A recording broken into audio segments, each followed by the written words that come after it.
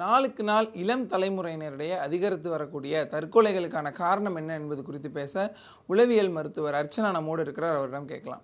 Ma'am வணக்கம். Ma'am, இப்போது இளைஞர்கள்ட்ட அதிகமாக தற்கொலைகள் நடந்துட்டு வருது. கடந்த ஒரு வாரத்தில் விகித சராசரியை விட அதிகமாகிட்டு இருக்கு. இதுக்கான ரீசன் என்ன மேம்? வணக்கம். ஸோ இன்றைக்கி நம்ம ஸ்டாட்டிஸ்டிக்ஸ் எடுத்துட்டோம்னா second most common cause of death among younger population அப்படின்னா சூசைட் அப்படின்னு நம்ம கண்டுபிடிக்கிறோம். ஃபர்ஸ்ட் காஸ் பார்த்திங்கன்னா ரோட் டிராஃபிக் ஆக்சிடென்ட். ஸோ இதுலேருந்து என்ன தெரியுமா, நோயை விட அதிகமாக சூசைட்னால இறந்து போகிற இளைஞர்களோட எண்ணிக்கை வந்து அதிகமாக இருக்குது.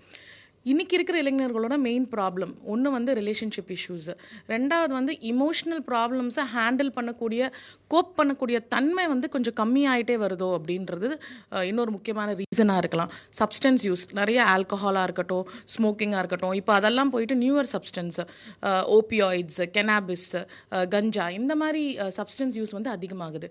ஸோ இது சப்ஸ்டன்ஸ் யூஸ் அதிகமாக இருக்கும்போது அந்த போதையினால் ஏற்படக்கூடிய தற்கொலைகள் வந்து அதிகமாக இருக்குது.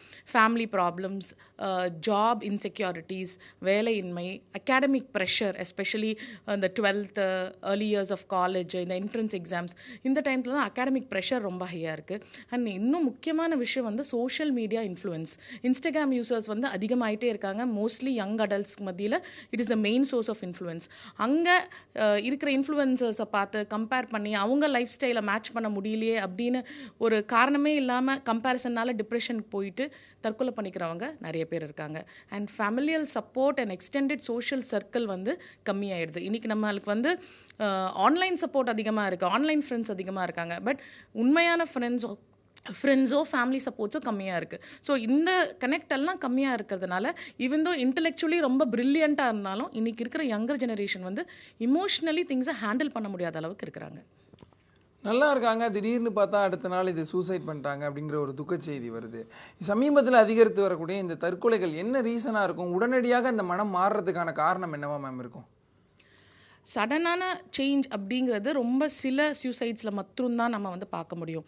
நிறைய டைம் வந்து it is a long process. ரொம்ப நாளாக வந்து ஒரு மன அழுத்தத்தில் இருப்பாங்க, பட் சுற்றி இருக்க நம்ம வந்து அதை ரெக்கக்னைஸ் பண்ணுறதுக்கு ஃபெயில் பண்ணுறோம். அதாவது அவங்க மன அழுத்தத்தில் இருக்காங்களே நிறைய டைம் நம்மளுக்கு தெரியாது. ரீசன் என்னென்னா, அவங்க வெளியில் பார்க்கும்போது நார்மலாக வேலை செய்வாங்க, சிரித்து பேசிகிட்டு இருக்காங்க, ஸோ நல்லா இருந்தவங்க திடீர்னு இறந்துட்டாங்க அப்படின்னு நம்ம நினைக்கிறோம். அந்த மாதிரி சடன் சூசைட் வந்து ரொம்ப ஒரு ஸ்மால் பர்சன்டேஜ் தான் நடக்கும். மோஸ்ட் ஆஃப் த டைம் ஒரு ஆன்கோயிங் ப்ராசஸ் இருக்கும். ஏதாவது ஒரு இஷ்யூனால அவங்க அஃபெக்ட் ஆகிருப்பாங்க, இல்லை ஒரு பயாலஜிக்கல் டிப்ரெஷன்லேயே இருந்திருப்பாங்க, சில பேர் ட்ரீட்மெண்ட் எடுத்துகிட்டு இருப்பாங்க, இல்லை ஒரு பைப்போலார் டிசீஸ் இருக்கும், அதுக்கான மாத்திரை எடுத்துகிட்டு இருப்பாங்க. ஸோ இதெல்லாம் ஆன்கோயிங்காக இருந்திருக்கும். இது இல்லாமல் ஒரு சடன் லைஃப் இவெண்ட், ஒரு ரிலேஷன்ஷிப் பிரேக்கப்போ, இல்லை வந்து ஒரு அகாடமிக் ஃபெயிலியரோ, இல்லை ஒரு ஜாபில் வந்து யாரோ அவங்கள வந்து திட்டாங்க, அந்த ப்ராஜெக்டில் அவங்க நல்லா வேலை செய்யலன்ட்டு எல்லாரும் முன்னாடியும் பேசிட்டாங்க, அந்த மாதிரி ஒரு இன்சிடெண்ட்டோ வரும்போது சடனாக அது ப்ரிசிபிடேட் ஆகுது. இன்னும் பார்க்க போனால் ரொம்ப ரொம்ப ஸ்மால் காசஸ், எங்கள் அப்பா அம்மா எனக்கு வந்து பைக் வாங்கி தரல அப்படிங்கிறதுனால நான் சூசைட் பண்ணிக்கிட்டேன், இந்த மாதிரி காசஸ் வந்து இப்போ அதிகரிச்சுட்டு வருது. ஸோ அது மெயினாக எதை நோக்கி போகுது அப்படின்னா, ஒரு சின்ன சின்ன ஏமாற்றத்தை கூட அவங்களால தாங்கிக்க முடியல அப்படிங்கிறது தான் இங்கே வந்து கோடிட்டு நம்ம பார்க்க வேண்டியது.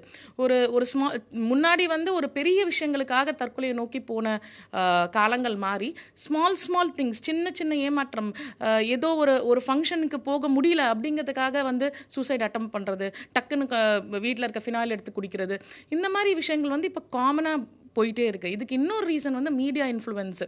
அந்த சூசைடை வந்து நிறைய இடத்துல வந்து நம்ம கரெக்டாக ரிப்போர்ட் பண்ணுறதில்ல, அதை ஒரு மிகைப்படுத்தி காமிக்கும் போது அதை பார்த்து நிறைய இன்ஃப்ளூயன்ஸ் ஆகிறாங்க யங்கர் ஜெனரேஷன். இப்போது ரீசெண்டாக கூட ஃபியூ மந்த்ஸ் பேக் சின்ன பையன் தூக்கில் தொங்கி தற்கொலை பண்ணிக்கிட்டான் நம்ம. ஸோ அவங்களுக்கெல்லாம் எப்படி இதெல்லாம் தெரியுது? Because they're able to search everything over the net. So parents வந்து எஸ்பெஷலி யங்கர் சில்ட்ரன், டீனேஜர்ஸ் கிட்ட வந்து ரொம்ப அவங்க என்ன கண்டென்ட் பார்க்குறாங்க, என்ன விஷயத்தை ப்ரௌஸ் பண்ணுறாங்க, அவங்களுக்கு நீங்கள் என்ன காமிக்கிறீங்க. யூஏ சர்டிஃபைட் மூவினா கூட்டிகிட்டு போகாதீங்க. இன்றைக்கி நம்ம யூஏ சர்டிஃபைட் மூவியில் தியேட்டரில் பார்த்தோம்னா அவ்வளோ சில்ட்ரன் இருக்காங்க. ஸோ இங்கே வந்து parental responsibility plays a very important role.